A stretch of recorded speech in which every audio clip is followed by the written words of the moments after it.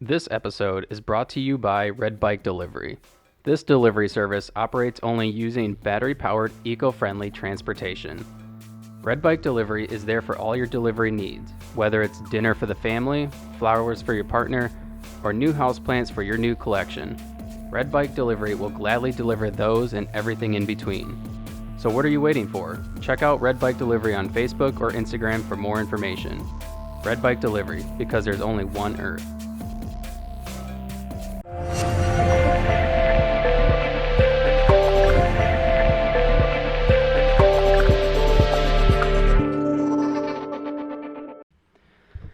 All right, welcome to the Rise and Above podcast. My name is David Hess, and today I have, is it Mila? Mm-hmm. I have Mila and Torrey Gray with me.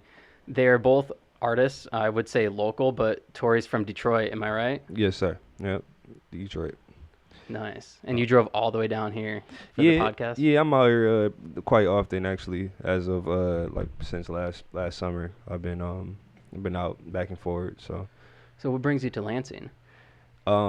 This just trying to promote Inktober, trying to we putting a lot of work in. So at the end of the day, it's a challenge to push our creativity, but also it's a lot of work, and we want to make sure that other people are receiving it, and it's not just spinning the wheels. So I've heard a lot about Inktober. Can you explain what that is? I really don't know what it is, other than it's an artistic thing. Yeah, so you want to? Yeah, so basically Inktober is this thing that the artistic community has kind of picked up. It was created by Jake Parker, who is like a New York Times celebrated illustrator. Oh, okay. And he basically like releases prompts every 1st of September, and then those words are used like for each day of October. So there's 31 words, and those are just like, in school maybe we're given writing prompts. So these are words that are like creative prompts. And historically it's always been done with art, like visual arts, and people get ink pens, and it's like Inktober, so you do inking. But this year, actually last year, I decided to invite Torrey along so that he could do the music for my time lapse. And I was like, I want people to engage with it all month long, and I want to show people how I'm creating. But I don't want my videos to keep getting muted because all the music I listen to, I don't have copyrights for. Right. So I was like, well, if you do it, like, what if you create based on the word prompt too? And last year we tried it, and it was a lot of fun. Yeah. It was a lot of fun, but a lot of work. Yeah, work hard, play hard. Work hard, play hard. So are you from Lansing? Yeah, originally I'm from Lansing, but Okay. I just came back at the beginning of COVID last year. So Where'd you go? I was overseas. I was in London. Oh, wow. And Yeah. so because of COVID you came back, or? So my visa was expiring anyways, but yeah, I came back, and I was planning to go back to Florida because that's where I was living prior to going over there. Where at? In Miami, and then a little bit in Tampa. I grew up in West Palm Beach. Oh, okay. Yeah. Yeah. So then, when I got here, I was like, I'll spend some time with my parents, and then the world shut down. Like literally 2 weeks into being home, and I was like, Wow. oh, okay. So how did you get involved with the Opportunity Arts and all of that? I hunted Mike Marriott down. I like literally, I came home, I came off the plane, I went to a business networking thing, and I was like, I'm an artist, and somebody was like, I don't know who you should talk to here, but you definitely need to know who Mike Marriott is. I went to another meeting. Mike and me were actually in the same room together. I didn't know who he was, didn't speak to him, like he didn't speak to me. And then I ended up scheduling like a call with him, and I talked to him later on, and he's like, oh yeah, I was at that thing. And he was like, I think, yeah, you were there too.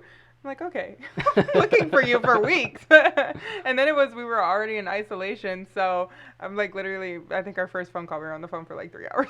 Oh my gosh. It's like, well, as soon as we get out of this place, we need to do some work. Who talked most of the time? Was it Mike or you? Oh no, I think it was balanced out. Yeah, they both are like equally yoked when it comes to chatting it up, That's hilarious. Yeah, he was on the podcast a couple weeks ago, and he just kept apologizing because we went like, I think, an hour and a half, and he's like, I'm really sorry. I'm really sorry. I'm like, no worries, man. I asked him, I was like, Mike, how long do you think it will go? And he was like, well, it could go up to like an hour and a half. And I didn't think that he meant because that's how long he could go for. Yeah, no, he just kept on talking. Mike's a great guy though. He's like, I like Mike. Yeah, very driven. Yeah. Yeah, knowledgeable of what he's doing and trying to help the city out while also being a pioneer of his own shit. So Well, he has the experience too, Mm-hmm. which is very helpful to up and coming artists and yeah. So you guys are promoting Inktober. Is there a specific artwork that you guys are promoting that you've done? Yes, my artwork. Your artwork. So each day I draw a new piece.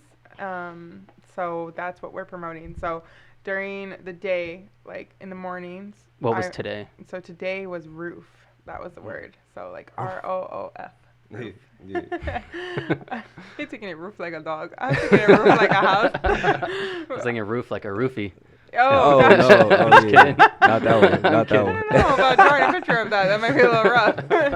But so in the mornings I'll create the piece. I don't usually do them ahead of time. And then by the time 3 o'clock comes, like I have the time lapse all worked out and we post at 3 with Torrey's music over it. And then at 8 p.m. at night, we release the piece for sale. So I just post it. I post a description about like why I chose to create the stuff that I created or, depicted the way I chose to depict it. And then it's like whoever comments first has the opportunity to buy it. And so far we sold everything this month except for one piece. Wow. And for $125. Last year we did them for $100. And A I was piece. like, let's raise the price this year because it's a lot of work, and like we're sharing the profit from it, because Torrey's still doing work as well, even though like you can't necessarily like buy the song the same way you can just buy the art. Right. So we were like, we both need to make sure that we can get something from this. Yeah, so I'm just helping out on the marketing end, essentially. But what's really cool about it is that like last year we did a lot of we did 32 pieces. So I had a snippet of a song for every piece that I would make, like literally like day by day. I'm a producer as well. Oh, cool. So, but like as like the year went on, like past October, some of those songs, a few of those songs became like full songs that are on streaming platforms and all of that. So Really? yeah. So like the artwork that she created for that prompt, ended up becoming the cover art for the song that I made. And so somebody has like that original cover art like in their house on their wall or something like that, which is pretty dope to me. So That is pretty cool. Yeah. Wow. So you're selling the actual artwork. It's not like an NF or NFT or whatever it's called. No, yeah, and Nope. everybody's like, oh, you should, Mila, you should turn them into NFTs. And it's like, that's a whole learning curve. Yeah. And I'm like, we're already knee deep in this. So potentially, looking for like next year, because if we do it, we were talking, people were like, oh, what are you going to do next year? And I'm like, oh, sorry, we can't just keep doing this every year. We got to innovate it. Yeah. I'm thinking like, oh, that might be another way to innovate it. But yeah, I mean. What exactly is an NFT? And NFT stands for like non-fungible. I don't know. like, Basically, it's digital artwork that has contracts associated with it. So like when you create an NFT, it's already copyrighted, if I'm understanding correctly. So you own the original. Yeah, exactly. And you can sell that, right? And then if you sell that, like you can set it up where you have a contract in it that you collect royalties. So, right, like normally after I sell like a physical piece of artwork, if the collector, the buyer chooses to resell it at another time, I'm not getting paid off of that again. Like, and you'll have people who discover artists, right? Like if somebody goes and buys one of my prints for $150 and then they have a name associated with them and they put it out there and all of a sudden they're able to go turn around and sell my piece for $10,000. Right. I'm not getting paid any of that money. Right. But I mean, I guess now like I can be like, oh, one of my pieces sold for this, but I didn't get paid that. So But your next piece that you sell might go for that, right? Right. But so you can put in smart contracts that will say like I'm collecting, however much of a royalty you want to put onto that. Okay. So yeah. Cool. What kind of music do you produce? So I mainly work with hip hop. But the cool thing about hip hop is like it started in New York, and it's like it kind of embodies the melting pot that or the salad bowl, some would say, that America is. So I'm inspired from like all genres. I take from all genres. But yeah, hip hop. So I enjoy like the neo soul, jazzy type, Okay. like soulful music. Cool. And you applied that to the artwork that you guys did, you said, right? Yeah, so how it works Or the is artwork that you're doing. yeah. So I'll make the track, put the lyrics over it, shoot it to her. She puts the lyrics over a time lapse of her creating the artwork, and we put that out at 3 p.m. every day. Is there a website that you guys are doing this on? So social media? just on Instagram. Okay. So I do have a website that functions perfectly fine, but it's just, the benefit to doing it on Instagram is you might find other people that, like, if people share the artwork, right? Right. Like, not everybody who sees it every single day is like, oh, I want it, right? But there's Right. a lot of people who like pieces and they share it for us, and then we have new people that are introduced to it. And even this year, I think all except for 3 of them or 4 of them are first-time buyers. Like, I mean, first-time buyers for me, and then also some of them have told me like it's their first piece of artwork just in general. So that's Yeah. that's always like an I didn't know exciting that. process. Yeah, yeah. That's crazy. That Because is cool. I give out like certificates of authenticity with my artwork, and like it's all done in a very proper way. So like when people get that, they're like, oh, okay, this is not just like That's I'm not cool. just drawing us, it's not just a little sketch from Mila. Like Right. it's still as valuable. You know what I mean? I take the time with it. Are you doing this on canvas? What are you doing it on? On it's like mixed media paper, so Okay. it's meant for like watercolor, paint, ink, graphite. Is that the style you go for, is mixed media? Outside of Inktober, no, not really. Like I usually like kind of separate my mediums. Like I do a lot of collage work as well as I do a lot of painting. Okay. And I don't necessarily like mix those things. I have a couple of times, but I don't know. I just like to be able to like bounce around because I get bored really easily. So it's nice to come and do Inktober because I'm not an inking artist. Okay. So I don't really, outside of last year, I haven't done inking projects. Like I just, So would you say that by doing Inktober, you're kind of stepping out of your comfort zone? yeah, but also I feel like I'm kind of stepping back to my roots, right? Because like when you're a kid and you draw with pencil or you draw with pen, it's just like Right. I don't think that people see that necessarily as like a fine art that's usually tied to like illustrators and things. So this lets me know like, okay, there's a lot of things that you need to work on just technique wise, or you don't understand the structure of different things. So during this point in time, I can play around with like shapes and play around with like, body anatomy and different things that I don't necessarily spend time focusing on because like I didn't go to art school, so I didn't sit down and like study human anatomy for a set of days or study shadows and things. Like everything outside of Right. high school and middle school was self-taught. So Wow. How long have you been doing art? Since middle school, high school? so full time since 2018, and I was doing like bottle service and some marketing things Full before that. time. Yeah. So yeah. making money Yeah. since you were 18. No, 2018. Oh, 2018. Okay, No. I'm sorry. No, I wish. No, since 2018. And even like the first maybe year or so, like I wasn't really making money, but I had enough savings that it was like, okay, we're making ends meet. So, yeah, it's been a whole like growing journey. Was it you that Mike was telling me about that had artwork at Art Prize? Mm-hmm. What did you put in Art Prize? So I have my Black is King collection, and those are a bunch of different figures from the Black community that are on playing cards. So there's like a King of Hearts and a Queen of Diamonds and a King of Spades, and so like all of those, but just specifically the King and Queens. And they're big 30 by 40 pieces that are framed in gold, and Wow. they have like a bunch of colors splashed on the faces because I wanted them to still, have like an abstract feel to them. None of them have pupils. I just wanted them to like reflect positivity and happiness and all of these things that are not reflected as like of our people when we're in the news and media, even times in entertainment, like we're usually the villain. Right. So I literally wanted to paint us in a different light. Well, that's pretty cool. And They were amazing. Like Yeah. a lot of people seen them like on Instagram. Like she has a decent following, but like everybody that seen them on Instagram that came out to see them in person, it's just like it's a different thing. Like it's like the pieces are like quite big, So you looking at it was like 8 of them, right? That you had up there. who did looking- you? Who were all of them? Sorry. No, like, So there was the Obamas, so Barack and Michelle, Kobe Bryant, Kamala Harris, Trayvon Martin, Breonna Taylor, Malcolm X, and then Rosa Parks. mhm. Have you gotten any recognition for it at all, Um, other than it going to Art Prize? I mean, going to Art Prize, no, I mean, just like in my own, I was in the news in February when I did them, but not like specifically for many of those people. Breonna Taylor's aunt came out one day because she's actually Wow. from Grand Rapids. Wow. So, and she was telling me about how they have like, her mom has like a whole room just filled with like Breonna Taylor artwork because so many people I was like gonna say poured you in. should donate them.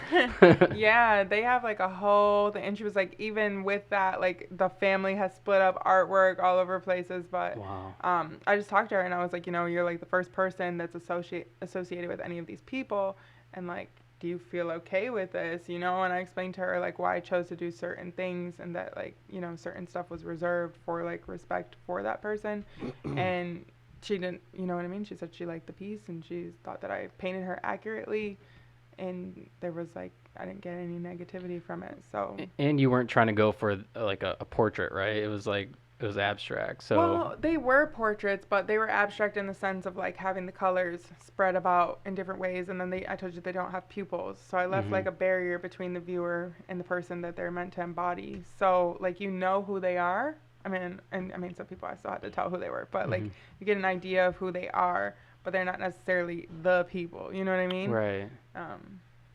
So yeah, How long is Art Prize going on for? our prize was the 16th of September until October Oh, 3rd. It's over now. That sucks. Pieces are in my studio now. How did you meet Mike? How did I meet Mike? I think he just reached out to me Okay, cool. through email Sweet. and wanted to have Autumn on. Autumn Hopkins. Okay. So Yeah. she came on. She's cool. Yeah. hmm Yeah. So like, how long you been doing the podcast for? Like, Since January. since January? Yeah. Nice. Is it something like you had wanted to do for a long time, but didn't had a time, and you made time because of the pandemic, or was it just like? I'm being interviewed now. I'm just curious. No, 'cause, no. Everybody yeah. asks that question. Uh. So I actually wanted to find a way to tell my story, and I never really knew how. Like, I always wanted to write a book. Everybody wants to write a book, but nobody ever has time to do so. Facts. Well, And, yeah. and so, I work a lot, so I'm like, I don't have time for that. I have kids and whatnot. So, I really don't know how I came about. I'm like, I should start a podcast. Like, that way I can help other people tell their story too. I can tell Yeah. mine and then have other people on. So it kind of started off with me wanting to interview people who like were in the foster care system or had gone through like some extreme abuse situations and had overcome. Shit. And then it kind of just turned into me talking to like small business owners here in town, and Sweet. because COVID like took a huge toll on businesses, Right, right. So I felt that they needed to be represented also, and so it just kind of, I don't know, I got laid off, so I just started interviewing all these local business owners, and Yeah. I don't know, it just became what it is. That's cool, man. Yeah. I always go back to this quote. It's like the best way to get better at doing something you love is to help other people do it too. So that's dope that you came about it that way. It's like, I got a story to tell. Let me give a platform and tell my story, but also have other people come and tell their story. That's dope. Right, absolutely. I mean, Yeah. because I've reached out to, all right, so when a couple of years ago, I found my dad through 23andMe, my biological dad. Oh shit. And I actually found my cousin, and then she helped me find my dad.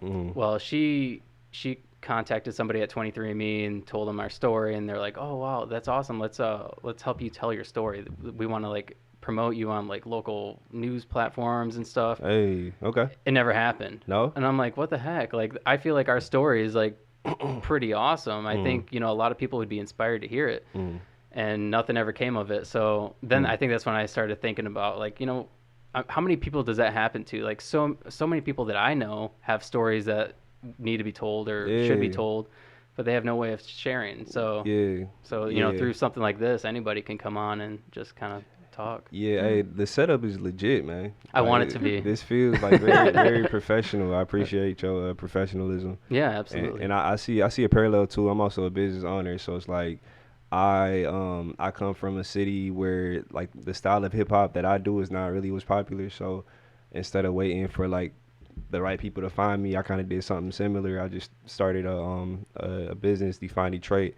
It's more like a creative collective type of thing. So I just started reaching out to artists, and we put out a project, and I kind of just got sucked into the whole music thing. So, How long ago did you start start with music or the business? the business? The business was 2018. Wow. Yeah. So. Hey. Yep. I got it going. I got my LLC. Just doing like cover art because I was going to college for graphic design, advertising design.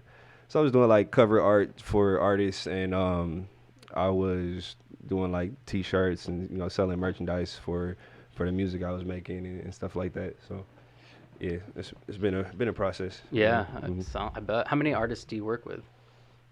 Mm, mm, mm. all, all of It's always them. changing.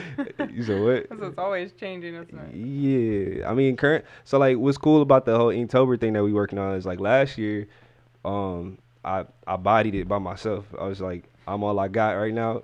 I'll just do what I can with what I have. This year, we've had a lot of artists make appearances on our project. So like, Oh wow. even from the very beginning, we did like a podcast, something similar to this, with our friend Pity Sin, who's also like an artist, but he wants to get into interviewing and stuff like that. Oh cool. And so we just did a podcast with him, kind of talking about what was going to happen and how we were going to roll it out.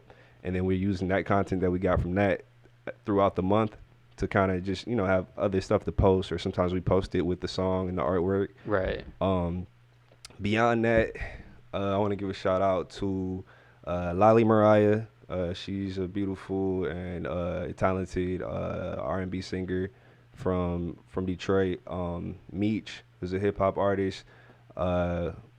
Soulful Poetry is going to be a part of the project. We haven't put it out yet. Rule Anarchy is another Detroit artist. It's on today's. Yeah, he was on today's. He's a character, cool. Man, like full of life, crazy personality, real genuine dude. Who am I missing? Let's see. Sema, KT. Oh yeah, Sema. Yep, Sema and KT. Yeah. So Sema. Malik. Yeah, Oh, Sema from Lansing. Mm-hmm. Yeah. You know Sema? I know Sema. What? I interviewed Sema. What? Yeah, and then she backed out. Oh, Oh, she backed out. Yeah, she backed out. Shots fired, Sema. Shit. No, I liked her. She had a really good story. Yeah, It's just she didn't quite tell it the way she wanted it told, so I agreed not to post it. I got you. So Yeah. she actually wants to come back and redo it. You better hurry so. up because she's leaving for Turkey. We're going to her going away party. Oh, really? When's Yeah, that? Tonight. Oh, shit. Hey, When's Yeah. she going? I don't know when she's actually leaving though. I don't want to tell her all her business, but I think she's cool. She's full of life. I know, she like the rest of us. We all got our challenges, and but I think she pushes herself to be more of who she is. So that's why I'm not too worried about her. She gonna be all right. She's cool. She read a poem at the end of the episode that we did, and I was like over here just like, whoa. Yeah. She's like, I wrote that when I was driving. I was like, what? Yeah, I write a lot of my stuff when I'm driving too. Do I you? don't know, I don't know what it is, but I was like, Yeah, I feel like I come up with good ideas then too. I like zone out and I'm like, this is probably not safe. I zone out and just blank. No. I don't think about anything. It's like, sometimes I do that, but I don't know. It's something about like monotonous tasks where it's like a certain type of creative energy that comes from it. Like I'll just be sitting there, or if I'm like at work, just kind of doing the same thing. I don't have to think about what I'm doing, so like my mind is like thinking about a whole bunch of other stuff that I wouldn't normally think about because I'm usually doing something like music where I'm thinking about that one thing in that one space. So but yeah, I can contest to that because I work on an assembly line. Yeah. So it's the same thing all day long. Yeah. And so like I'm constantly thinking about how can I innovate the podcast? Man, like, right. What kind of shirt can I make? Like, yeah, while your body is just muscle memory, just doing what you got to do. Your brain could be completely somewhere else. For real, yeah. Like 10 cars later, I'm like, crap, did I do those cars? Right. Yeah, I'm all too familiar with that, man. Yep. How long have you been doing music? So, the first instrument I played was the baritone. That's interesting. Yeah, I was a band kid. Me too. Word, what instrument you play? Trumpet. Hey, okay, all right. So brass, yeah. Yeah. So then moving on to the tuba, in high school, I was in marching band. Then I dropped out of marching band because I was doing basketball. but I picked up the piano. So I was doing like symphonic, tuba, and then piano, like piano lessons on my own time. And I didn't start doing like hip hop, like writing and producing until my second year of college. So I was like 20. Where'd you go to college? I went to Henry Ford, Okay. Henry Ford College in Dearborn, and then I went to CCS, Mm. College for Creative Studies, downtown Detroit. Okay. Yeah. So, and I'm actually a first responder as well. Wow. So my first deployment is when I first started acquiring like equipment and like started tinkering around. Like I got a laptop, I got GarageBand, Hmm. and I'd be like in the tent, like 'cause I worked midnights. So on my off days, I would just like wake up, go to a tent, set my little setup up, which was like nothing like this, but I would just record. And you could hear like airplanes flying in the background and shit. It was terrible. Oh my God. But that's where it got started though, and it's cool, man. Actually, some people that I was deployed with actually reached out to me the other day. It's like for them, it's like they got front row tickets to see the growth, to how like you know how the process is, bro. Oh, Like yeah. like when you start off a passion, it's just a passion. You don't really know much about it. Yeah. But then as it goes on, you start finding your pocket, your lane, Mm-hmm. the places where you need to push yourself at, and the bigger picture starts to unravel itself. So The process is beautiful too, isn't it? Because like a lot of people, like they'll see like a music producer and they're like, oh, I want Yeah. to be like him, or I Yeah. want to produce music, Yeah. but they don't realize what it takes to get there. Man. And by you starting at the bottom and kind of working your way up, and it makes you appreciate your live feed end. Oh. No, it's not. I'm They gonna were shut like, up. no battery. My phone's about to die, but yeah. What is Mercedes? Huh? Hey, Mercedes. Mercedes. Yeah. but yeah, it's a hell of a process, bro. Yeah. Hell of a process. makes you appreciate it more. But I feel like that's the same with Inktober, because Yeah. I had one of my like fellow artists who's real cool in town named Ryan Holmes. He came into the shop the other day when I was hanging up a piece, and he's like, so Mila, how many ahead are you? And I was like, Ryan, I'm not ahead at all. I was like, I do this every day. And he's like, he like couldn't grasp it. And last year, like, we even had somebody come up to us like, oh, guys, I see what you do. Like, I get busy and I get caught up in things and I go home. He's like, but you know what? The rest of the month, I'm going to do it. They didn't. But it was just funny because I think that people, like, I don't know, stuff looks, when you just see the final product, right? It looks really easy. Yeah. But, like, when you realize that people are getting up at 6 a.m. and staying up all these hours and then like even the video editing, right? So like cut out actually creating the artwork, then the Right. content, like the creation of the content. I told him, I was like, these last couple, this is like the fastest month the month has ever gone by, because I tell him as soon as we finish the artwork, I feel like we post a video, and then once we post a video, it's like we eat, and then it's time to post the artwork to sell. Like literally, like I finished the one for today this morning. Like I spent all day. It's just weird, like with ideas. Like sometimes the shit just come to you, and then sometimes you literally just Yeah, for real. like for like hours. And it's like fuck. Like and then all of a sudden like you'll have something that sparks an idea, and then you just attack it. And it's something about the pressure too that makes for a lot of good productivity. So are you creating music that has words with it? Yeah, lyrics. Yeah. So are the lyrics are they geared towards the photo or whatever she drew? Yeah. Well, yeah. towards a word. towards Because sometimes towards the we word. don't always have the same interpretation. I of want it. to I want to see an example of this. Do you guys have an Hey. example? Yeah. So I'll show you the time lapse from today.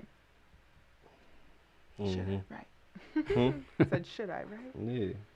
So you have a shop, you said? So I have a studio and then I have a website.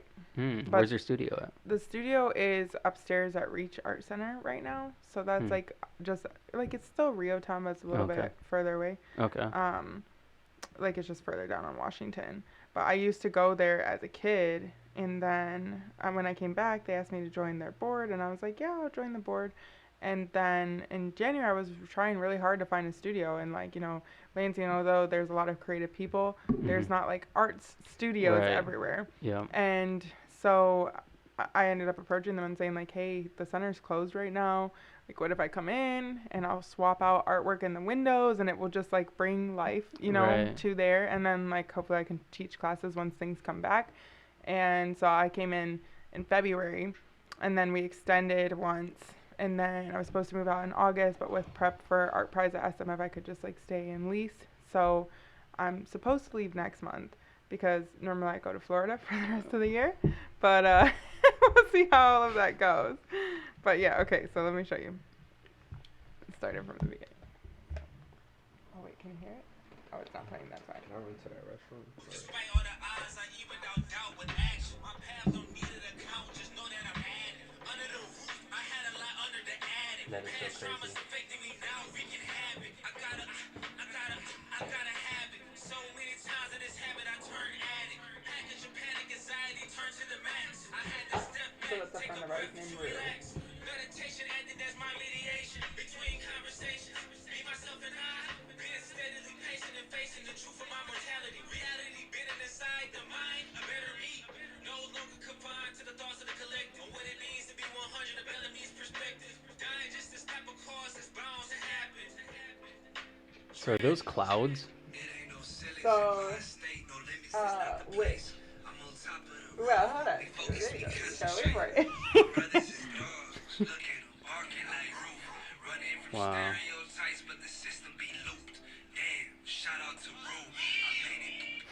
And that was the guy he said? Mhm. Wow. Yeah. So actually, it's water. So Oh, okay. like I didn't have any idea how to approach roof, right? Because it's just like, I don't know. I'm not a fucking carpenter. Like, I don't know what I want to do with the word roof. I told him this year, like last year when we went through the words, it was like I was excited about all the words. And I don't know if it was just because it's like my first time doing it. Right. But then we got the words this year and I was kind of like, I don't know. Like, I didn't feel like super inspired when we ran through the whole list. But then today when I was like waking up and I was like thinking, I'm like, what am I going to do for this? What am I going to do for this? It's like, when's the only time that you've ever seen like a ton of roofs? And aside from like being in the airplane, right? And then they're so like minuscule. It's like, oh, when Hurricane Katrina happened, I remember seeing all the videos of like people sitting on the roofs, like waiting for help. And so then when he had sent me the song earlier today and I was listening to it and it was just talking about like breaking barriers and stereotypes and all of these things. And I was like, oh, if that was so simple as just being able to float away or like float through them. So that's when I came up with like all the little kids like floating on balloons. That's pretty cool. Thanks. So the idea of Inktober, I'm sorry, was started by somebody else, right? Mm-hmm.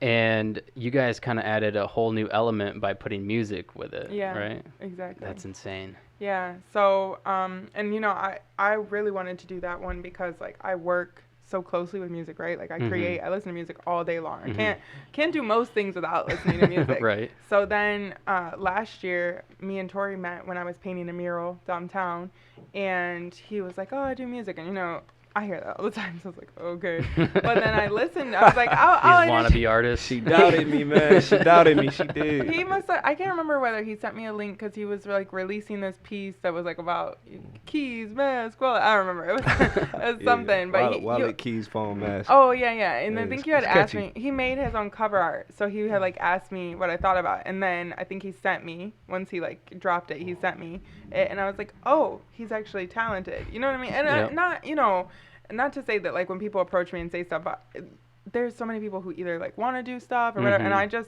I really pride myself on not necessarily giving people the attention until I see the follow through in it. And people tell me all day what they want to do, but do they actually do it? Right. I don't really have time to be like, oh, I half-assed this. Right. So when I saw, I was like, yo, your voice sounds good on the track, and then like the beats are amazing too. And then I asked him to come along, and I had a live painting session. So I was like, what if you just like make beats or like do something while I paint? And we did that, and that was cool. And then I started thinking about the Inktober thing, and I was like, oh, okay. I was like, if you're gonna do it, like you gotta do it though. Like you can't not do it. Yeah. Yeah. So to the question you asked her earlier, I was thinking in my head. You asked her if it was out of her comfort zone, and for me, like that when she asked me to do it, it's definitely something that was out of my comfort zone. Cause I'm the type of artist where like I'll put like a project out like once or twice a year, and I disappear. So like to come out and just like start because like, you're perfecting it. Yeah. I get deep into it. I want to perfect it, and then it always gets to the point where it's like, okay, I can't. You can be a little recluse too. Don't. Yeah. I don't really go outside too much. So, but it just like for me to come out and start creating like publicly. Like I made this yesterday. Here it is. Take it. Like for what it is. Like and like it's a lot of like pressure that came with that. So Yeah, because I would imagine like for me, like I watch a podcast after I'll do it. I'm like, why did I say that? It's stupid. I should edit that out. Yeah, But yeah. like I'm sure with you, like it's not perfect when you release it, right? It depends. Like sometimes, like I'm growing as an artist, right? So like I Okay. know when I'm hitting my pocket. Like I mean, I wouldn't necessarily say anything is perfect, but like To your standards? yeah, It's to your standards when you yeah, release it? right, to my standards. Like it was a song that we did last year, where it's like the first verse pretty much stayed the same when I finished the song. I just added a whole like second, third part of the song to it, but like the first part was solid, and that's the part that I made in like a day for her to use. So, but that's like a gem, and you know like it's like a Out dime. of 31, right? Yeah, out of 31, like maybe like 5 or 6 of them are like ready to go, but Wow. but the rest like might need some work, or I might like mix and match the pieces with other projects and stuff. But yeah, definitely out of my comfort zone. But I'm just super glad and grateful that she asked me to do it, because like it pushed me to just to be better, because I never did it, so I wouldn't have known I could do it unless I did it. That's the only way to know. So Do you think that, because you said that you only put out a couple pieces a year, a couple songs a year, do you think by doing something like this, it'll help you produce more and just kind of let go of the perfection side of it? And yes and no. Like it definitely make me help me produce more, but I think like I don't like to oversaturate the market with like the music the type of music I make. Like I put a lot of thought into my lyrics. Everything is meaningful, even if it's like something that's kind of catchy. Like is meaning to it. So I feel like it's like the music I make is timeless in a way where I don't need to be putting new stuff out more than a few times a year. how many songs do you have out? So I had the Define Detroit project, which I did under my business when I was reaching out to other artists in Detroit. And that's like 7 songs. Then I have the personal project that I released last year. It's called As I Am. That was Shit, this year. This year, Oh I'm my tripping. God, I was like, wait, what? Inktober. I don't even know what day it is. It's been a long month. Yeah. A few months ago, I released As I Am, and that's about 8 tracks. So, What inspires you to write music? I always wonder this about songwriters and whatnot. What inspires them to write a song? emotional intelligence. Like a lot of my stuff comes from me assessing like what I feel in that moment and like separating it from me so that I don't make decisions based on emotions, but also taking the time to like understand what it is that I feel and why I feel that way. So do you take notes of how you feel? I just write. You just write. Yeah, like this is what I feel. Like that's how it started with me doing that, not knowing that I was doing it. But it's just like you see the process, and then you look back and you like, okay, I felt all these things at that time, and then I got better, or I felt that confident, and then I made some mistakes. So it's like it helps you to be humble, and I feel like I encourage everybody to do the same thing, and not just with music though, but like whatever it is. If you do like podcasts, like anything that has a process to it, you can look back and be like, I wasn't perfect at the time. I got better. So yeah, it's just. Yeah, I mean, that's the only way to get better, right? Is to just go through the keep doing it. process. Just Yeah. keep doing it, even if you suck. Yeah, for real. I've had those. I sucked for a while, bro. I ain't gonna lie. I sucked like. And then you have people talking shit about it. Yeah. Like, oh, he's So a I. wannabe musician. Yo, I never told this story like on live before, but like Oh boy. I remember like one day when I was in college, when I first started like making hip hop music, like I was recording like a beat. I had recorded a beat and like me just rapping over the beat like on my phone, and I was playing it in my car, and it was like hot and the windows were down, and like this group of kids like pulled up next to me, and like I looked at them and then they looked at me and they was like, yo, that shit garbage, and they pulled up. And I was like, and I didn't even know that they could hear this shit. Like it was that bad, but it was the process, bro. It's the process, man. Like That's hilarious. Do you think it was garbage? it probably was at that time. I mean, it probably was. It wasn't recorded properly. Right.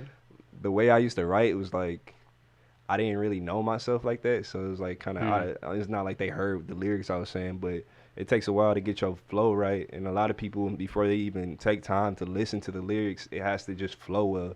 It has to Okay. just sound good, you know. And then if it sounds good, they'll play it a couple times, and the lyrics will start to soak in. Right. I know that because that's how I am.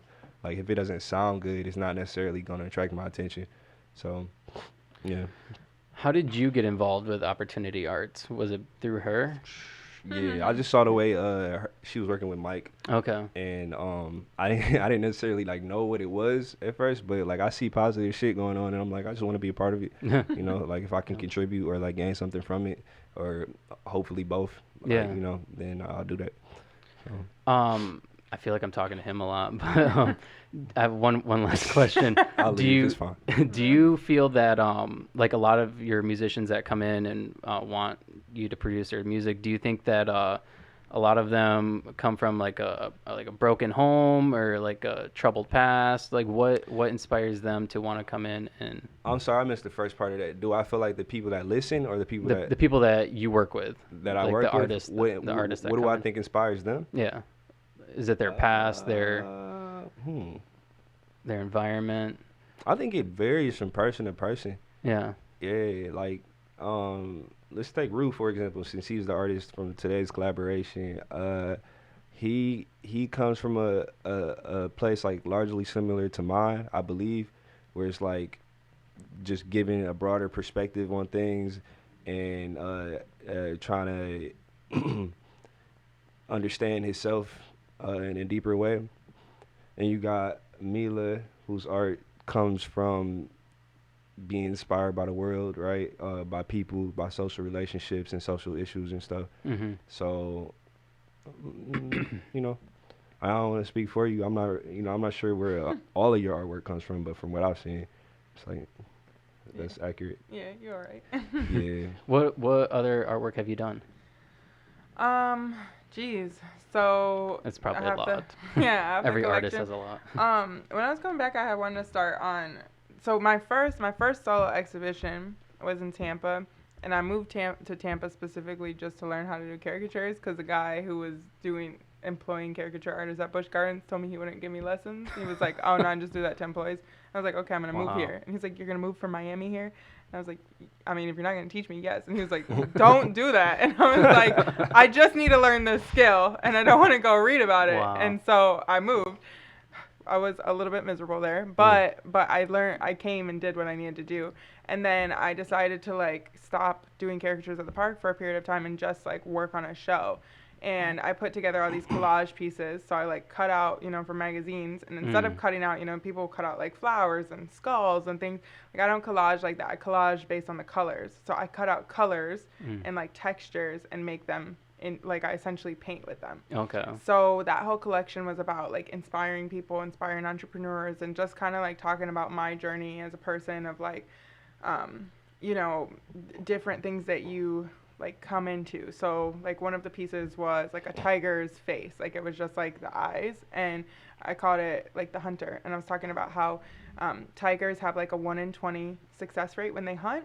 And like if the tiger decided to like stop after the first 2 tries, they're gonna die of hunger, right? Right. So like as an entrepreneur, as somebody who's like chasing your dreams, like you have to just keep going, and like it doesn't matter if you get 1,000 no's or 100 no's or whatever. Or sometimes maybe the first time you do it's a yes. You have to just keep going for it. But there was a bunch of different pieces, and they all had completely different meanings, but all around that same theme. And then I actually had somebody that had met from Miami sponsor the show, and yeah, it just turned into like this huge kind of like networking thing. But it was nice to bring that whole community together, and that actually like connected him with some other businesses because he wasn't necessarily like in the community as much as he had wanted to be. And I kind of was like, hey, let me bring the community here, and then you can meet everybody. Wow. So yeah. So does Florida, specifically like Miami or you said Tampa you were in, do they have an art scene like Lansing Miami, does? Miami is like way surpassed what Lansing. Yeah. But I think that what I do notice like from the artwork that comes out down there, which like somebody might take it as disrespectful, but like Lansing has, I think, original artists, right? Like the people who create here, and a lot of places have original art. And I see a lot of people like in Miami and these other places mimic other artists. And I think that's sometimes how things start off, right? Like imitation. Mm-hmm. You know, you have people like who are painting Bugs Bunny, or they paint like Mr. Monopoly and all of these things. Right. And that is actually another artist's work, but they create it and then they spray paint around it or bedazzle it or whatever. So like I don't really see that as original artwork. It's cool, and it sells, but it's not theirs, right? They don't have their own. Still takes a little bit of talent to do. Yeah, and so that's what I'm saying. I'm not judging people on their talent. It's just like whether it's original or not. So I feel like Miami has a lot of hustlers, and there's a lot of hustlers, a lot of people who know how to make money. But you have like specific people who are really like original artists.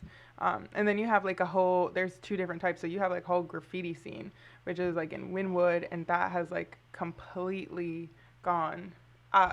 Just out of control. Like every building is just like from floor to ceiling is covered in graffiti everywhere. That's for like cool. At least maybe like 2 blocks wide and like 6 or 7 blocks down. And it was like a whole area that there wasn't a ton of stuff in, because I actually used to live like 3 minutes from there when I first moved there. And then they kind of gentrified the area, but now there's all these little like bars and shops and things in these buildings that these artists literally just were like painting over. Wow. So that's like a whole different group of artists, you know? Right. It's like street art. Exactly. And then you have fine arts too. So yeah, I mean, it's a good mix. So. But as far as like having an art community, like how, like what Mike has created here in Lansing or even in the mid-Michigan area, does Florida have that? Yeah, I don't know. I think that like there's not necessarily a community of people. I don't know that everybody's all connected, because I feel like when I was in Tampa, I met a bunch of people who were creative and people were aware of each other, but I don't know that people like linked up to do things, or that it wasn't like everybody was kind of moving together. It was kind of like, oh, I know this person over here does this, and you know, like everybody felt separate to me. Right. But they did come together every once in a while. So that's what I thought was kind of cool with Opportunity Arts, is all the artists that at least I have met seem supportive of everybody's work. It's not like a competition. They're not trying to like get one up on the other person or get jealous that somebody else created something better or somebody's artwork is an art prize, or you know. And I think that that's an important thing too, right? So I feel like if you look at the whole of everything, people, you know, there's enough for everybody to eat, right? Like what I create, Autumn is not going to create, you know, or Sarah Sanders is not going to create. But then at the same time, like the people who are interested in my artwork may not necessarily be interested in their artwork, or, you know, that, and I don't feel like I'm being robbed. Like if somebody goes and buys Autumn's earrings, I'm not like, what the fuck? Like, Autumn, stop putting your earrings out. Like, no, I think they're cool too. Or if somebody goes and asks Sarah to like do a commission for them, I'm not, oh, I lost a client. Like, no, because I don't do what she does, you know? And even knowing, I think familiarizing yourself with other artists helps to be like, I know who can do that job best. So I have people come and approach me about something,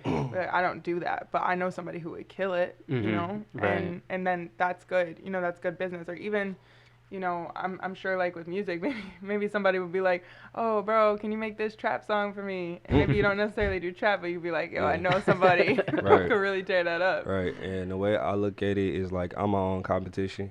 So it's like, of course, I'll be worried about like people taking my ideas and stuff like that. But everything I do is original and true to myself. So it's like if I do it one time, I can do it again. Right. If I thought of something amazing one time, I can do it again. I can just keep doing it. And at the end of the day, if somebody else tries to do it, you know, if they succeed, cool. It's something positive that I did, so it's going to help them. And if they don't succeed, it just didn't work out. Like I don't really get too like I'm competitive, but I'm competitive with me. Like how can I get to the best version of myself? Right.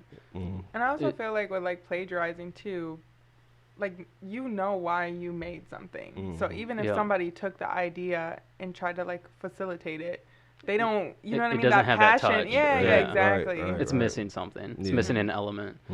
Have you come across that with music? Somebody's tried plagiarizing your songs, taking your work? No, not that I know of. No. What about poetry? Chill out, dog. Nah, yeah, not yet. I don't really think I'm big enough yet to even have to worry about that too much. Mm. Of course, like as an artist, you always want to make sure you protect it. You know, I get my stuff copyrighted and stuff like that. But Okay. but no, I haven't really. No. Um, but if somebody has or like I so I've it's one thing to take from somebody, but um inspiring people is like a different thing.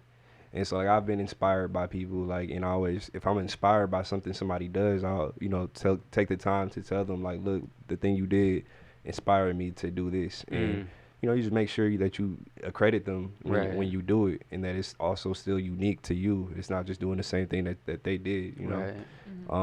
It's how you keep it respectful and I don't know, you just always pay homage. But at the end of the day, like I'll talk about this piece that my business partner's mom painted called Plagiarized by the Infinity. And it's just basically saying that like everything you can think of has already been created before. So it's like nothing. I mean, you can have original ideas, but you just putting your own spin on it at the end of the Right. day. Somebody thought of it before. That's what I was gonna say. It's music's kind of like one of those things, and I guess even painting is like you have your own little way of doing it, but it's kind of amazing that you can still find a new way to do it, Yeah. right? Yeah. Like somebody might have painted Barack Obama, but you obviously did it in a different way. Mhm. You know, put your own spin on it. It's kind of cool. Yeah, that's what I was thinking earlier when you was talking about people doing the like the cartoons and adding to them and stuff like that. Like I was thinking about like with hip hop or even with music in general. Like so many songs these days come from samples of older songs, and like they still like original songs. So it's like I don't know. It's just part of it, you know. Paying homage to who you're inspired by. So, Who are you inspired by? good question. I'm inspired by like musically or Yeah. just like in life. Anyway, All right. I feel like I talk about who I'm inspired by musically like every time I do an interview. So I'm gonna just talk about who inspires me in general. okay. I'll say my mom. She's a veteran and a sheriff downtown Detroit. Woof. Um, That's a rough job, right? Yeah, and I just always like tell people like she made sacrifices because like she had me at a younger age, so it's like her whole life is doing what she has to do and To like survive. yeah, right, exactly. So the idea of like entrepreneurship and being an artist is like foreign to her, but she still supports it, and I made sure she understood like. It's almost like I would be like disrespecting the sacrifices she made if I just settled to do something simple and monotonous and like not try to achieve my greatest potential, So her, who else? What is being a sheriff in Detroit like? I don't know. You should you should get her on the podcast. I should. hook me up. No, she kind of mean. You don't worry. It You sounds always say it that. sounds dangerous. She kind of mean, but I don't know if you want to talk to her. She might arrest you or something. I don't know. But no, I mean, it's not like she's not like DPD where she's pulling people over and stuff. Okay. So she kind of like she monitors like inmates and stuff like that. Oh, And okay. I don't think it's not too high intensity, but she's been doing it for a long time. So she's done a Okay. lot of different stuff within the department. Okay. But yeah, I'm inspired by like I say since we doing podcasts, I'm inspired by Joe Rogan. I listen to him all the time. Me too. Yeah. Every day. Yeah, pretty much. Yeah, pretty much. It's points where like I listen to. He just has like a broad variety of artists, Yeah. like or artists or like entrepreneurs or whoever. He's dope. I like Dave Chappelle. Oh, I loved it. Did you see the new special? We were just watching it the other day. Oh yeah, my gosh. Yeah, Yeah. That was cutthroat. good. It's cutthroat, man. That was so good. Yeah, he was the first person to ever make me laugh like so hard like that it hurt. Like I remember like it was the first like when I was a kid. I was probably like 6 or something. I don't fucking know, but it was the first time I ever remember laughing so hard. You ever see like the one where you're talking about like the Sesame Street joke? I don't think so. You should look it up. Just look up Dave Chappelle Sesame Street. Hilarious, man. Hilarious. So yeah, I'm inspired by Mila. Cause she has like a vision, and she doesn't like settle to just like do things. It's like it's always like a proper way you can do it, a better way you can do it with her, and I respect that. So yeah, inspiring. Yeah. That's awesome. Mhm. Who are you inspired by? So in the arts, I would say there's one artist I met when I was overseas in the UK, and her name's Sophie T. She's like 2 years older than me, but she's like on a whole different level. And it's not necessarily like that I'm in love with what she creates. I think she creates cool stuff, but like her drive and the way she goes about business, I kind of got the idea of like approaching Inktober from something that she did where it wasn't associated with like any sort of word prompts, but she would just release a new piece of artwork every day, and she did them for like 100 days. Oh my And gosh. she started off doing abstracts, and it'd be like the 100-day abstract, and she would have them at like a cheaper price. I think she's doing like 300 pounds, so completely different from what we're doing. But she had a huge following on Instagram, and it would be like, well, I'm doing 100 and then no more, and so she did So you that. get it while you can. Yeah, exactly. And then she, chose to like, do a different project. And then she did like 100 nudes. So that's kind of like this last collection that she's been working on. And those all, she painted those all differently. Those went, but yeah, she has a whole team of people. Like she last year, went to Australia. She travels back and forth to Australia, but she went to Australia for like a 10-day trip and got stuck over there. And she just came back this year for like 3 months. But when she went over there, she was like, okay, she got a storefront. She set up a warehouse. So now her like business has a whole warehouse in Australia that she operates out of. And they just did like this massive runway show. Like all the artwork was on the wall. Yeah. And then because like I told you, her collection was like all about nudes and like body empowerment. She would like reach out and have people fill out applications and like tell their story and then choose those women to come in, and she body painted them and they like walk the catwalk. So you have like women of all different shapes and sizes, disabilities, no disabilities, that are like walking in front of hundreds of people just like celebrating themselves and they get to choose the music they walk to. And it was just like, she's just taking it to like a different level. And I also understand like how much can be accomplished when you have more than one person doing things. So yeah, I think that's like one of my biggest inspiration.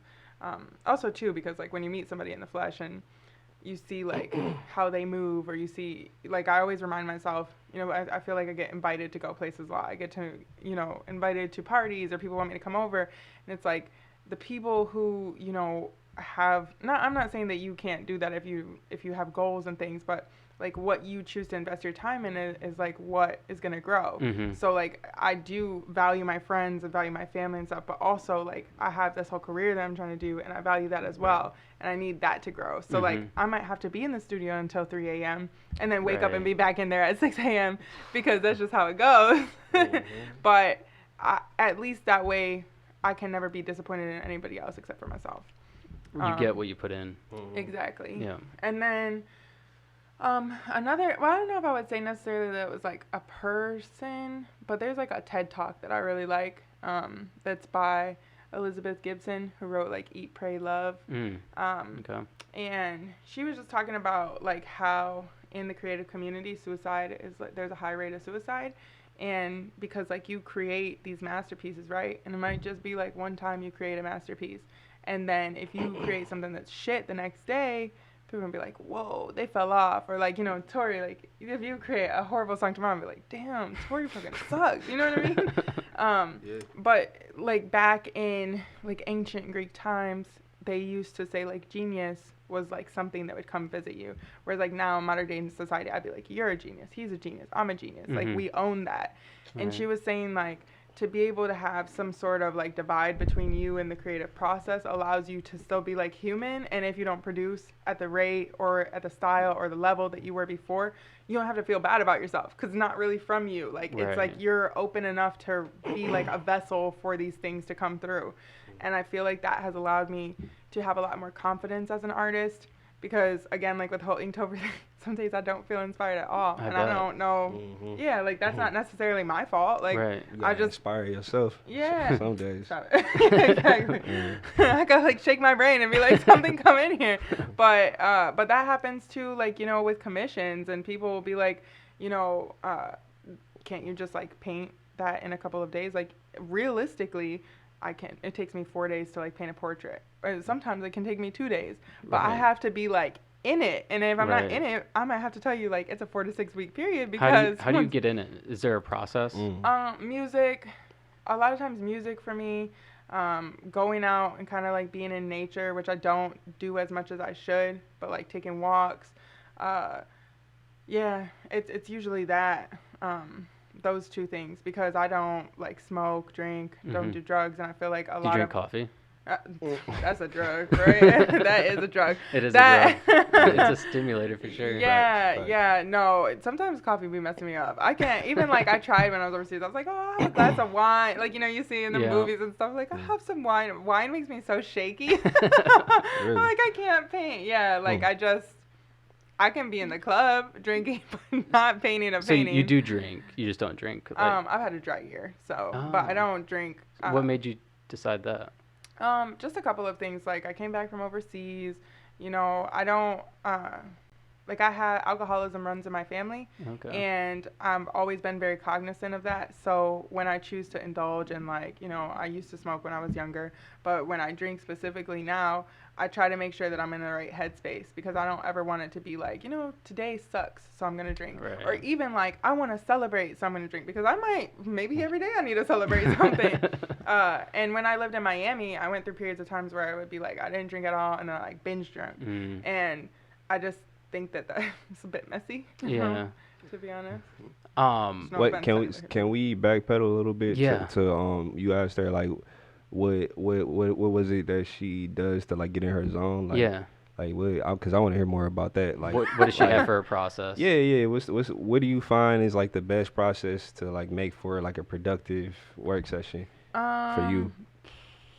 I Do think you- I'm still trying to figure that Do out. you have to like kind of set things like a certain way? It kind of really depends on like what part I am. I think in the beginning of the process, I need things to be like really clean. You know, I feel like somebody told me one time, like, if you have a messy environment, like, you have a messy mind. Cluttered place, So- cluttered mind. Yeah, exactly. So when I initially start something out, I like to be like clean and like I'm starting off new. And Yeah. sometimes throughout that process, things get messy, or like, you know, with a project where you're doing something every single day, it's like, I haven't hung this up, or this is like here, Yeah. or whatever. But definitely like being able to like regroup. The music thing, I really like a lot of neo soul music. When I paint portraits, like say I've had clients where they've had a family member pass away, I ask them if there's like any specific music that they that person liked to listen to, because I feel like it kind of helps me like understand who that person was a little bit more, or try to, or like if they have favorite colors, or anything. And this was something that I kind of started doing when I did caricatures, because when I do caricatures, if I'm in person with somebody, I can like ask you questions, right? Or Right. like we really try to make people laugh, because like you get a really genuine sense of a person then. Right. But then I would have people commission me for caricatures and the person wasn't around, so I'd have to ask all these questions.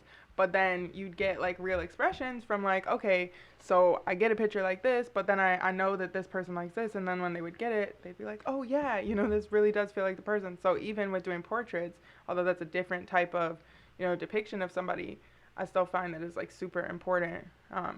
So I guess I kind of, what do they say, like with actors, they try to like become the person. Like I don't necessarily try to become my subject, but I try to put myself in the mind space. Like, is it going to be a happy piece, or it's going to be kind of moody, or it's Right. of somebody, and I try to really think about that. Or I did a piece for a local business owner this summer, and her husband was telling me that she liked, you know, a specific quote, and then I started looking at more quotes that I felt like fit that. And I actually took her, like, one day I was like, oh, let's go grab coffee. And it was just like I needed to just kind of like soak up as much of her energy as possible to be like, this, like, now I understand, now I feel it. It's not, I'm like, so creepy right now. That makes that soaking makes a up lot of somebody's sense. You're energy. trying to get the feel for how somebody their personality and what they're like, so that you can paint the portrait or painting to their personality, right? Yeah, exactly. Yeah, so that's good time makes good sense. I thought you were trying to get the snow globe. I was like, oh my gosh, sorry. That's just a paperweight. Yeah, I had a guy on who his name's Rich Griffin, and he works for Good Time Makes Good Sense, and essentially they're trying to push legislation for people who are in prison to have good like the good behavior counts towards their time. So like let's say they have, 8 years of good behavior, they have 8 years taken off their sentence. Don't they already do something like that? Or no? Nope. No. Nope.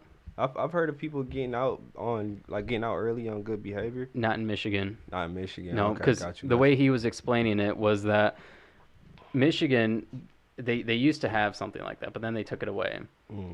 So what they do now is when they're sentenced to, like, let's say that you'll get like 15 to 20 years, you always serve the 20. You never serve 15. And then there's like a processing time where you don't necessarily get out in 15 or 20 years.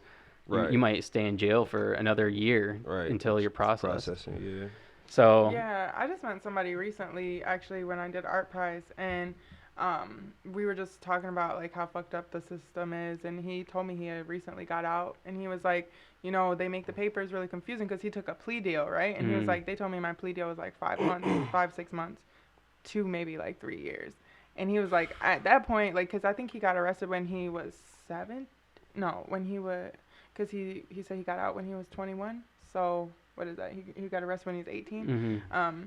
And he was saying that, like, he just signed it, right? Because he's like, if it's less time, cool. Right. But then the maximum sentence was like 7 years. So, of Right. course, he signed the plea deal. he But served then, 7. yeah, well, no, he served the 3 years because Oh, he signed okay. the plea deal. But it Oh, was like, right, it was the right. maximum Okay. time of the plea deal. Okay. And I was just like, yeah, I mean, and I don't even know that he had a lawyer present or anything. Like, he Oh just was my like gosh. eager.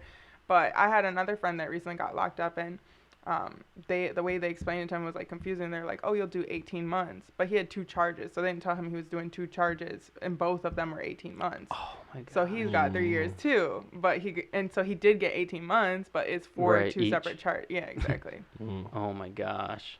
So, but Yeah, obviously they that's don't make crazy. that stuff clear because Right. why would they? Right. Especially like when you're 17 years old and you're Mhm. just like, I don't want to go to jail. Right. Mhm. You're scared, so you just sign it. Yeah. They're completely taking advantage of that. Yeah. Did you see that movie that was about the boys in New York that they all got falsely convicted for like raping a woman in Central Park? And I think don't- it came out I don't think like I've seen it. 2 years ago. Yeah. So this is like a real story. Oh, I think this fucked was up. in the 90s. The 90s or the 80s. But like there was a woman that was raped in Central Park, and there was like a bunch of kids out that night and stuff, and they found like 5 teens, and the woman, I don't know if the woman had made a statement that it was like 5 teens, or they just like something wasn't right anyways. And so they all like served their sentence.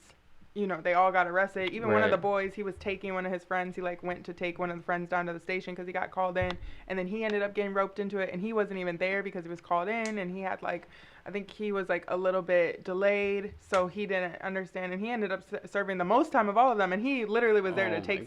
my It was gosh. so messed up, but I think they're all still alive now, and they all got like these huge settlements because. But it's probably not enough. Well, yeah, and know? they've Right. spent. I think they got like one of them got like life sentence. So you've been in jail 30, Right. 40 years or 20 years something, and I mean your life is half over because Yeah. most of them went in before they were even 18. Yeah. It's just It's insane. yeah. Yeah, the guy that Rich Griffin, the guy who works for Good Time Makes Good Sense, he went in as a juvenile lifer. Oh, fuck. So he didn't get out until he was like late 30s, and he went in I think when he was like 16. Wow. And he's like, everybody asked me like, how did you survive? He's like, the answer to that question is I didn't survive. It broke me, and it made me who I am today. But Yeah. in the meantime, he went to college, he got a pretty good education, and came out pretty educated. It was a good that's good. podcast. It was a good episode. Yeah. It's Yeah. crazy. I think there was a girl I met this summer. Well, not this summer, this spring, and she does like expungement fairs out in Grand Rapids.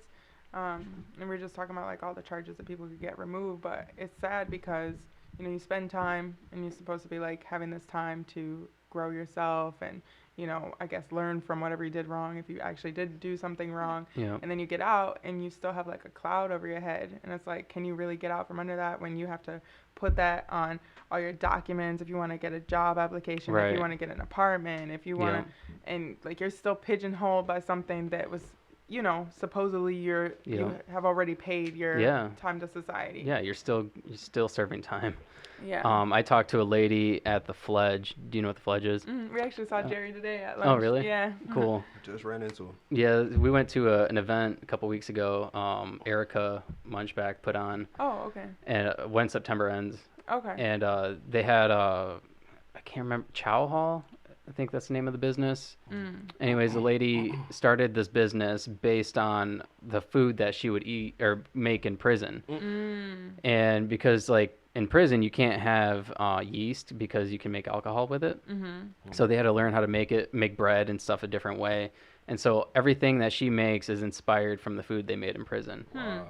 And one of the workers that worked for her, I actually invited her on the podcast. I got to schedule her yet, but I was like, how are you doing since you've been out? She's like, barely making it. She's like, it's hard, because they just let you go, and they don't really give you any like Rehabilitation. Yeah, they don't rehabilitate you like out in society. There's a lot of parallels with that. Me being in the military, like, you come back from overseas, you need that rehabilitation, and they offer that sometimes. Sometimes, I mean, I think all the time, maybe not right away, but it is programs out there, but you got to look for them, right? Yeah, well, I mean, they set us up for something. My problem was, like, when I came back from mines, it was, like, not immediate. Like, it wasn't, like, right after. Like, by the time we had the rehabilitation thing, it was, like, a couple months down the line. So I was dealing with my own shit. I pretty much found a way to figure it out. Right. But, I mean, they do offer resources. And it is, like, a lot of people providing resources like this for that specific purpose. So you got to look for them sometimes, though. Yeah. Yeah. Yeah, I think it's cool that there's programs like this out there willing to help people. Unfortunately, this is a political issue, so they got to try to push their legislation, get signatures, and get people who are in the government to back it and whatnot. It's a huge ordeal. Yeah. So when he came on, I was like, give me a stack and I'll pass them out to people on the podcast. So there's actually there's a barcode on the back. If you're interested, you can scan it and then just sign their petition online. All right, bet. My phone's dead right now. We'll take it with us. We'll do it. We'll both do it. One thing I wanted to ask you is because a lot of artists, any artists really, musicians, painters, people who draw, anybody, they suffer from like mental illness or they come from like rough backgrounds, and that's oftentimes what inspires their artwork. Is this something you guys maybe struggle with or find? We're both mentally ill. You want to go first or you want me to go first? No, you got it. I definitely like have anxiety for sure. Okay. And I guess I see that, somebody explained that to me once. It's like it's a spectrum between anxiety and depression. They're on the same spectrum. Like you can either be super anxious or you're like super depressed, or then you have like this even tone that like you're not necessarily ever in. Right. Just occasionally. And I think that when I was younger, I just assumed like the positive side of my anxiety was like my creativity. And I'm like, oh, I'm super creative and I have thoughts come to me like all the time. But now I'm like, I think this is a problem because there's nights where it's like I can't sleep because I'm just thinking and I'm like, wow, I'm super creative, but it's also like I should be sleeping right now and I can't shut it off. So I started creating because it's like a way to cope with the world and things that happen around me, and I was like, I don't necessarily understand the stuff that's happening, but like let me do what how Torrey was talking about, like emotional intelligence. He felt something, so he wrote it down. I'm like, I'm feeling things, so let me draw it out. And then I'm like, okay, now I get, maybe this is how I feel about that. And then getting a little bit older, it'd be like, now I have things coming to me and I'm like not necessarily understanding what they are. So again, let me like put them down. And so I would say yes, yes, I struggle with that. For sure. I think that a lot of artists that I know struggle with something. That's what I found. Yeah. And I feel like everybody to a degree has something, but you'll have people who'll be like, oh, I'm not creative. And I don't know that people can actually not be creative. I think that people cannot be open to like introspection in a way that produces something, Right. or that their introspection they're not proud of. So like everybody can paint, but you might not be happy, or you might feel like you put something on that canvas and that doesn't reflect like what you were trying to put out, and now you feel like you're not creative. Right. Well, like maybe you're just not communicating properly with what came out. Like maybe that needed to be there, but you don't understand it. That'd be me. But look at this whole house. Did your wife do all of this? This whole house is creative. Yeah. I looked Thank at the you. wall. I was like, this is a nice little wall. You got purple. Okay. Their bathroom is really nice, guys. Facts. I wasn't gonna say nothing, but yeah, it was beautiful. I said it on the way out too. I was like, "Thank you, your bathroom's beautiful."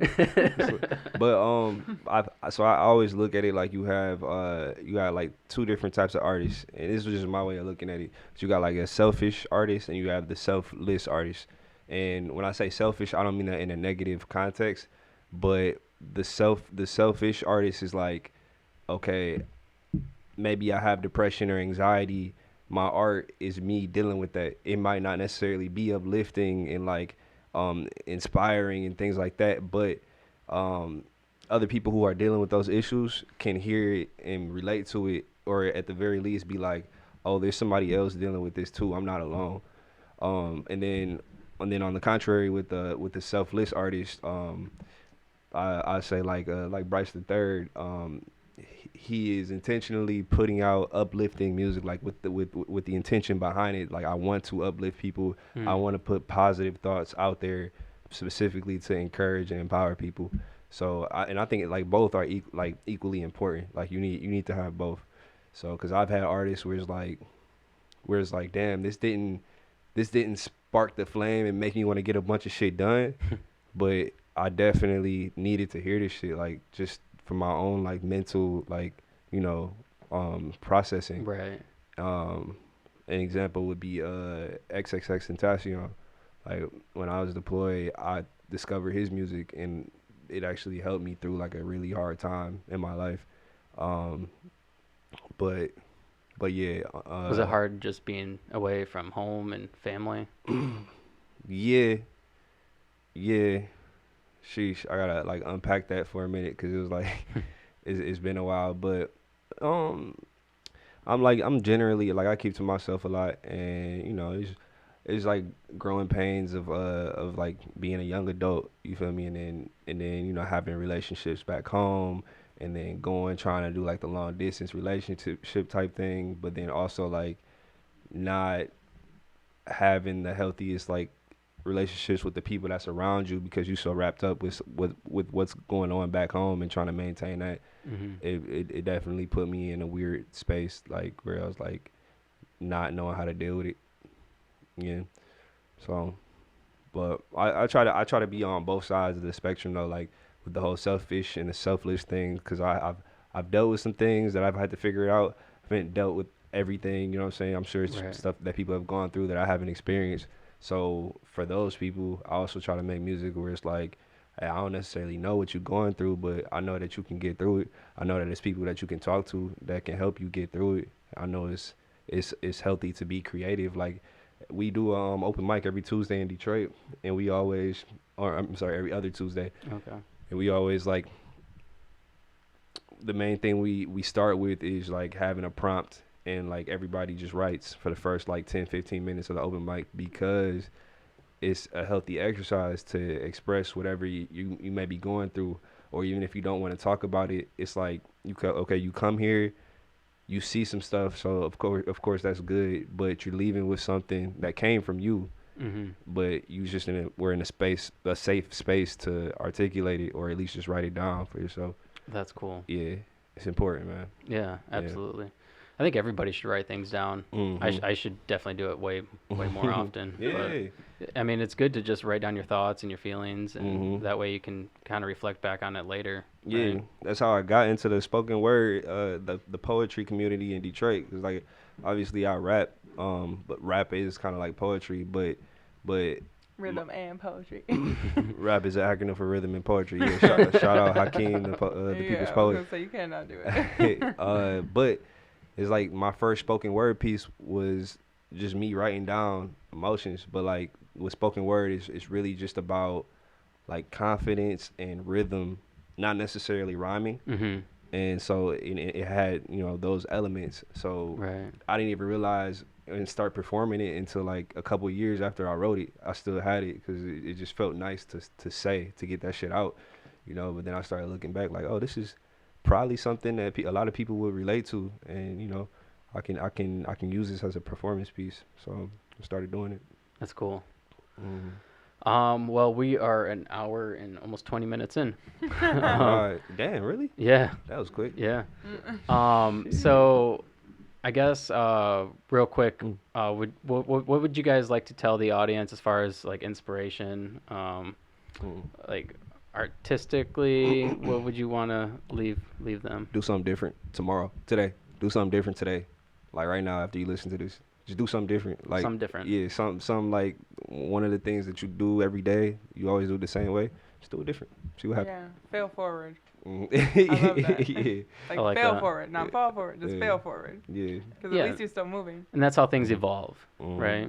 Yeah, exactly. You just kind of learn what works and what doesn't. Exactly. Okay. Right. That worked, that didn't. Right. Mm-hmm. Yeah. Yeah.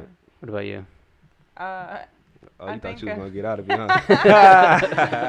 I'm trying to think of like what's my favorite thing? Oh, I have like this motto that I wrote on Allie's parking lot that says, Oh yeah, I love life that. is meant to be lived, not survived. Man. So I think that like mortality is real, right? Like you have Mhm. one life. So if you go your whole entire life being miserable, like that's a waste. So even though it might be difficult to like step out and be out there, like you might as well do it, right? And that's something that I'm going to say I struggle with because I work a job that takes a lot of hours. I work a lot of overtime. I have a family, got a house, got things to take care of. Like it's constantly something, right? Yeah. Mm-hmm. So it's hard to find that balance of like enjoying life and being able to just like, all right, I need to put that stuff away and go play with the kids or Mhm. whatever. You just enjoy, and it's hard. Yeah, Yeah. balance. It's hard. Well, and I think too, like being in the present moment, right? So like even I feel like with me, sometimes I get caught up and I'm like real like, and in the last year, like I started, I did hypnotherapy when I came back from overseas because I really needed to do that.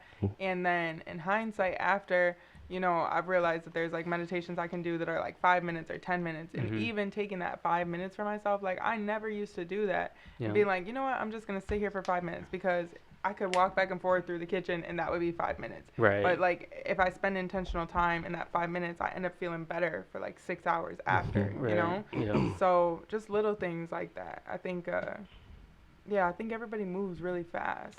With Yeah. what you say, life is meant to be lived. Like she doesn't like to like promote this as one of her talents, but she's a poet, and she has this one piece that I don't remember the name of, but she said something that like hit me like like, and I don't remember exactly what she said, but it was to the effect of like even if all this shit goes wrong, like at least we were able to experience, like, because everything that I speak for myself, everything that I do is like coming from good intentions and like trying to make something positive and help other people. So it's like, and things don't always pan out the way it's supposed to, but because of my intentions are set in the beginning, it's like even if it doesn't work out, I can still be grateful for the connections that I made in the process, and just having the experience of whatever it was or may have been. So do you remember which part I'm talking about? Yeah. Oh man. It doesn't have a name. Yeah. I Do you read remember it? Yeah. Well, I mean, I have it on my phone. It's yeah. Can you read it? Yeah. Yeah. Let's end it with that. Yeah. Hell Okay. yeah. Real quick though, before we do that, let's plug your guys' social media. Okay. How Bet. can they find Inktober? How can they find your guys' work? So you can follow either one of us. My Instagram is at I am Gray, like IAMGRAY, Okay. with 2 underscores.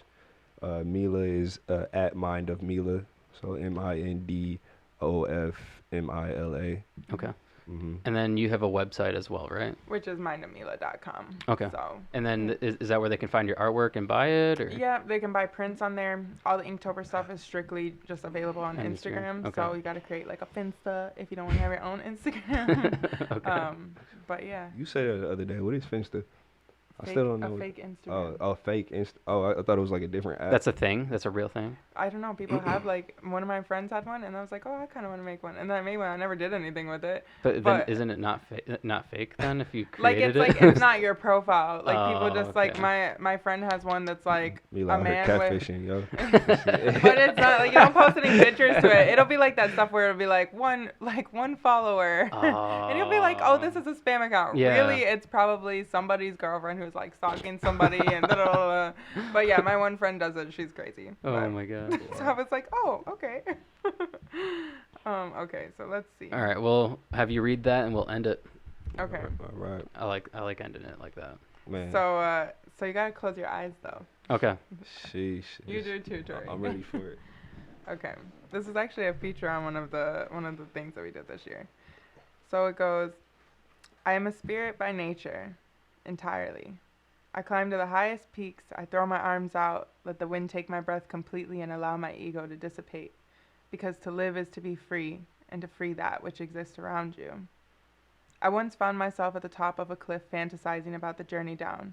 If I jumped, would I fly? Could I float? If I jumped, would I fall slowly just as a leaf falls to the ground? I don't believe in living just a bit. I must live with my whole heart, and that is why I often find myself at these cliffs wondering if I shall jump. Wondering if this cliff, too, will bring me to my death. I remember the feeling of jumping. I have never been filled with so much bliss and confidence. I reached out for something I could only feel, but yet was realer than anything my eyes could see. I felt the colors. I felt the rainbow of memories, new and old, flushing through my irises. Bliss. Bliss, how sweet it is. I fell fast and yet slowly at the same time. There were years encapsulated in my jump, and although they are now just quick moments by memory, I jumped with my back to the ground, and perhaps in hindsight, that's why falling was never scary. I never saw the end. I never thought about what it would feel like to hit rock bottom.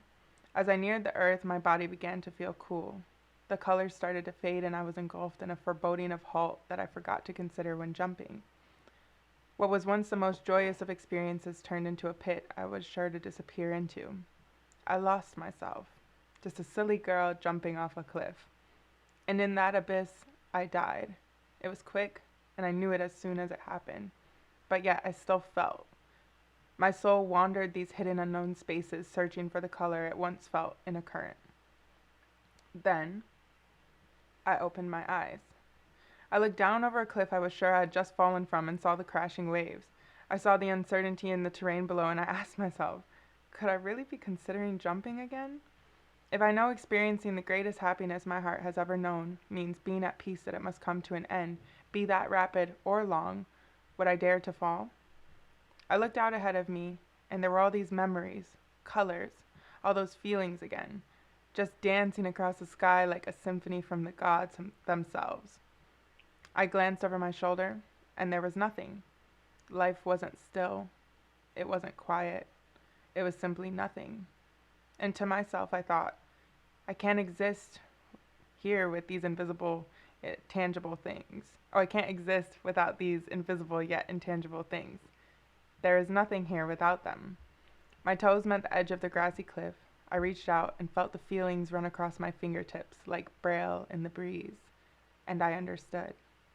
I took a deep breath and I jumped once more, with my back to the ground. I fell so freely. I fell without a care in the world. I passed through every emotion the wind could blow through me, and a smile began to wrap around my heart. As I looked to either side, I saw souls falling with me as well. The brave who chose to live. The brave that chose to experience, although it was certain to come to an end. As we fell, a golden dust remained in the air we had just passed through, now lingering in that air forever. I learned this as legend. The next souls to fall would pass through this cloud of magic and know we were here. Our particles will cling to them and reflect the golden light that shine upon our faces because we chose to fall facing the sun. They will know freedom. They will know we mattered. The brave that chose to embrace the inevitable. In that moment, I saw all the oranges, reds, greens, pinks, yellows of our leaves slowly floating to the bottom. We were blessed by the universe to fall in a way that was so beautiful, so unrushed, that when we finally hit the bottom, we were okay to know it was over. That was awesome. Thank you. Thanks for doing this, guys. Peace. Beautiful.